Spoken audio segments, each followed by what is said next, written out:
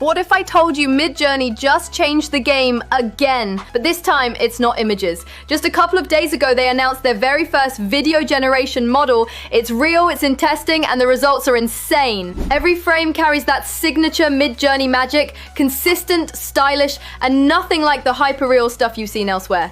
And get this, it's already handling fingers and hands like a pro, something most AIs still struggle with. Smooth 360 spins, cinematic lighting, beautiful flares. It's like watching concept art come to life. Sure, the camera movement's still a bit stiff and there's no text to video yet, but this is just the beginning. They're building this to be cheap, accessible, and powerful, a storytelling tool that could put an entire production team in your back pocket. So here's the real question. When everyone has the power to create like this, what's going to set your vision apart?